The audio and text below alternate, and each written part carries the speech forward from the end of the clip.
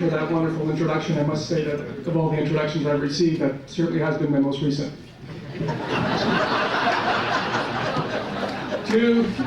Just two basic announcements. One, the bar is open. It's been moved up to 518. We'll see you all there in a couple minutes. And two, I guess the biggest announcement with relation to budget and stuff, etc. Those of you who sat at our table last night will be pleased to know Alan, Dias, Terry Bannon, Barbara Griesch, when we get back on Monday, let's see what we can do about eliminating any trace of Bob DeLine working for us. Our group was last at the table.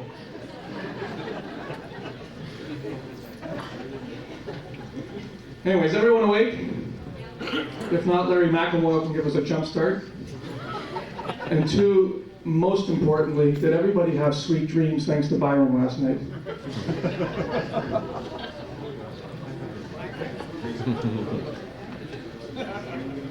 A lot of you looking at me here and wondering what the heck it is I'm doing here. It's a good question. It must be a good question. Mike Nichols asks me that question every morning I show up to work. But let me give you a bit of background.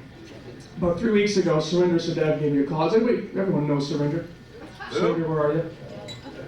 Surinder is the self-proclaimed president and CEO of Grand Poobah of the Logistics Committee.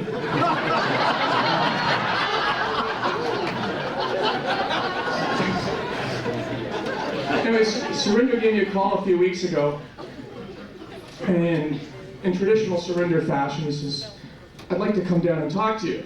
Doesn't tell you why. So I do what I normally do when Surinder wants to come down on me, jam my hands deep in my pockets, grab my money, and hold on tight until he leaves. So he sat down and says, so what can I do for you? Oh, wow, holding on the money real tight. And he says, well, we got Discovery the sequel coming up. And we have our Friday agenda pretty full. And we're wondering if you can do a presentation. Of course, my mind immediately began racing. I thought, I'm no Craig Dorning, but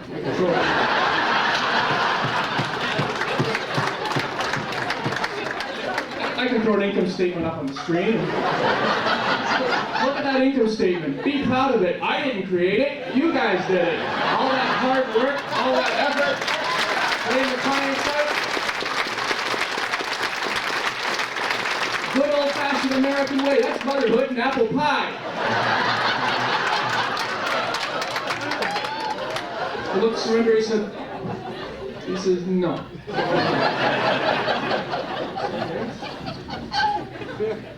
Can you give me a hint of what you want? He says, well, can you recognize the Logistics Committee?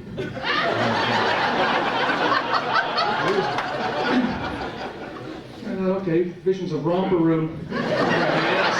Surinder and Sherry and Michael Hamilton. No, it's not what we want. Surinder, well, wait, let's just cut to the chase and tell me what you want. He says, well, we're going to be at Friday. He says, we've got a full program, and there isn't going to be any time for anyone to stand up and praise the Logistics Committee. We wonder if you could do that for us. Surinder, I don't know if I can do that. That's out and out lying. And I'm an honest accountant. And I know what a lot of you are thinking. Honest accountant is probably the biggest oxymoron you've ever heard, but it's true. In fact, Mike and Maureen don't know this, but I had a job offer about a month and a half ago that I had turned down. A new firm starting up that the name of the three principal partners are Frederick Dewey, David Cheatham, Thomas Howe. They were going to call their firm Dewey, Cheatham, and Howe. I just couldn't do it. Anyway, I digress. To make a long story longer, I said to Surinder, I said, I don't know if I could out and out lie and praise the Logistics Committee. And he said, just don't think of it as lying, just think of it as creative accounting. The man had a point. said, all right, fine, Surinder. I says, I'll do it for you. He says, give me a bit of background. I said, what have you guys done in the last little while? He says, well, this is back last year, September, October. He says, we visited a bunch of hotels. We got wined and dined, a bunch of free dinners, just to make a choice as where we're going to hold Discovery. That's real tough. So what else? He said, well, this is back in January. He says, Mike took us out to dinner and praised us and got us another free dinner. This is really hard to take. So, if we all could, the logistics committee all here and stand, please. Can we give them a hand?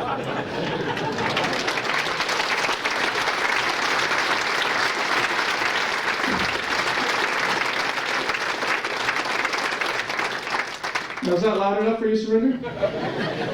It was? I didn't think of it being that loud, and I think there's a little bit of commentary from a lot of people who shall remain nameless. Julian, Dominic, Peter.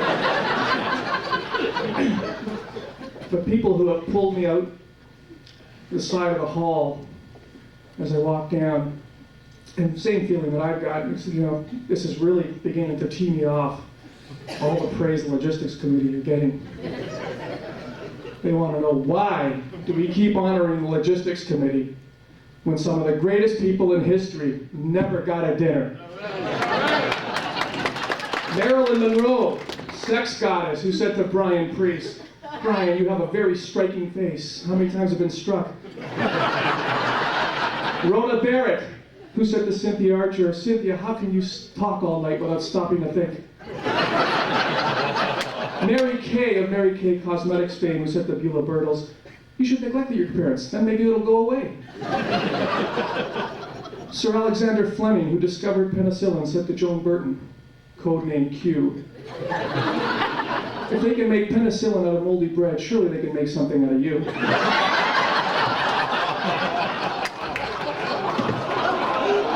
Elvis Presley, the king is alive and well, who said to his road manager when he got his invitation to Discovery, so Joe, you know I can't go out in public, return to Surinder.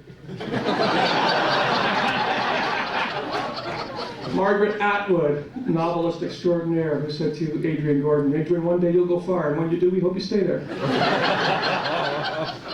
Mr. Speedy of Speedy Muffler fame said to Phyllis Benjamin, Phyllis, if Speedy, everybody has to be a somebody, but why do you have to be you? Al Capone, who said to Reg Breaker, Reg, if there's ever a price on your head, take it.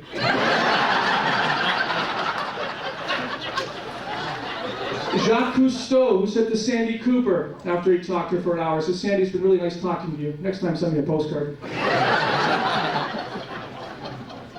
Byron Stock, and why isn't Byron here this weekend? Who said to Sherry Kirkpatrick at the last Discovery meeting, Sherry, you're going to discover yourself this weekend, and when you do, you'll be thoroughly disappointed. Yul Brenner, who said to Mike Cole Hamilton, Mike, I like you. You're one of the few guys I know that has enough forehead for four heads. Chef Boyardee, who said to Bob DeLine, the way you eat, it's no wonder you're thick to your stomach.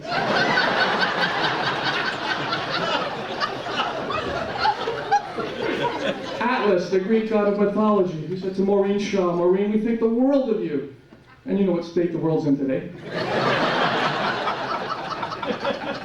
Barbara Eden, who said to Mike Nichols, why on earth do you want to change the name of my show to I Dream of Byron?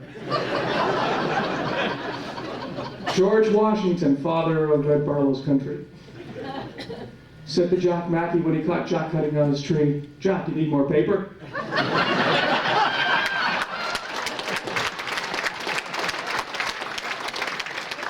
Moses, who said to Ed Barlow, Ed, if I'd known you back then, there surely would have been another commandment.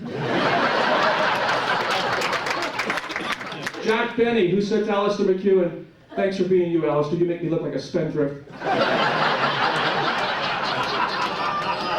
Herb Tarlick, who said to Barb Hewson, Barb, I really like you. I have no taste, but I like you. King Midas, who said to Mike Abermite, Mike, you have that Midas touch. Everything you touch turns into a muffler.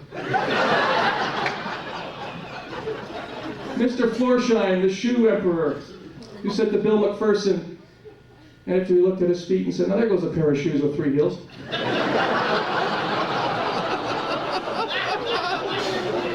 Heidi Fleiss, Queen of Tourism and Hospitality Industry, LA branch, said to Neil Dalhouse, self-proclaimed king of the tourism and hospitality branch here in Toronto, Neil, it truly is a business doing pleasure with you. Steve Urkel, who said to Peter Nixon, I get paid to act like a whip, why do you do it for free?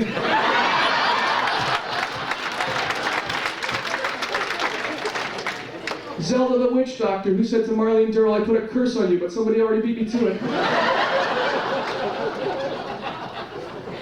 Old MacDonald the farmer, who said to Julian Orlick, Julian, you're a real good egg. And you know where eggs come from. Bill Gates, who said to Dominic Chun, Dominic, a lot of people owe a lot to you. Ulcers, nausea, diarrhea. Plato, the Greek philosopher, who said to Ab Habib, Ab, the more I think of you, the less I think of you.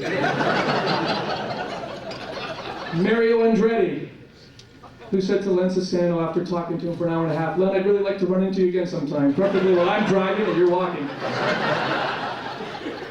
Doug Henning, who said to Elaine Poslins, Elaine, there's only one thing wrong with you, you're visible. Ed Barlow, who said to Craig Dorning in the alley at the Discovery last time, and they did meet, said, Craig, the only thing preventing me from breaking you in half is I don't want 2 of you around.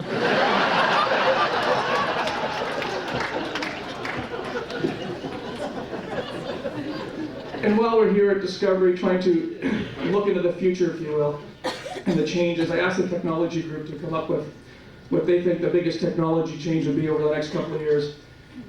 And I just said, well, picture this scenario. In about 2 years' time, Ed, Mike, and Maureen on a golf course, enjoying themselves, having a round of golf. And a phone rings. And Mike would just pick up his hand, talk for a bit, conduct his business, and put his hand down. And Ed and Maureen looked at Mike and said, well, what's this? Mike says, what's the latest gadget? So what they do is they build in a microphone under, or a speaker under the nail, and receiver in the ear. You've got a new phone, latest technology. And eliminates the need for cellulars and pagers and all that wonderful stuff. We can save the company money. Okay, fine. Play a few holes. And phone rings again, and Maureen says, I think this one's for me. And she just tilts her head upwards, such, conducts her conversation. And when she's finished, just puts her head back down. So what gives? So, well, you got a little microphone built into the lip, one built right into the ear. I don't need those fancy gadgets. It's the latest in Hong Kong that I picked up for my last trip. So they play a few more holes, and the phone rings again. And it says, I think this one's for me. And off he goes into the bushes.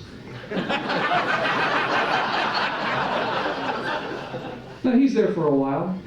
Mike and Maureen concerned that he may have dropped, or, well, we better check this out. So they go and pull the bushes apart, and you don't really want to picture this, but there's Ed with his pants down around his ankles, semi-crouched position, grunting as if he's going to the bathroom. And Mike and Maureen immediately apologizes. Ed, didn't mean to disturb you while you're going to the bathroom. And Ed says, I'm not. He says, I'm receiving a 10-page fax. Thanks very much.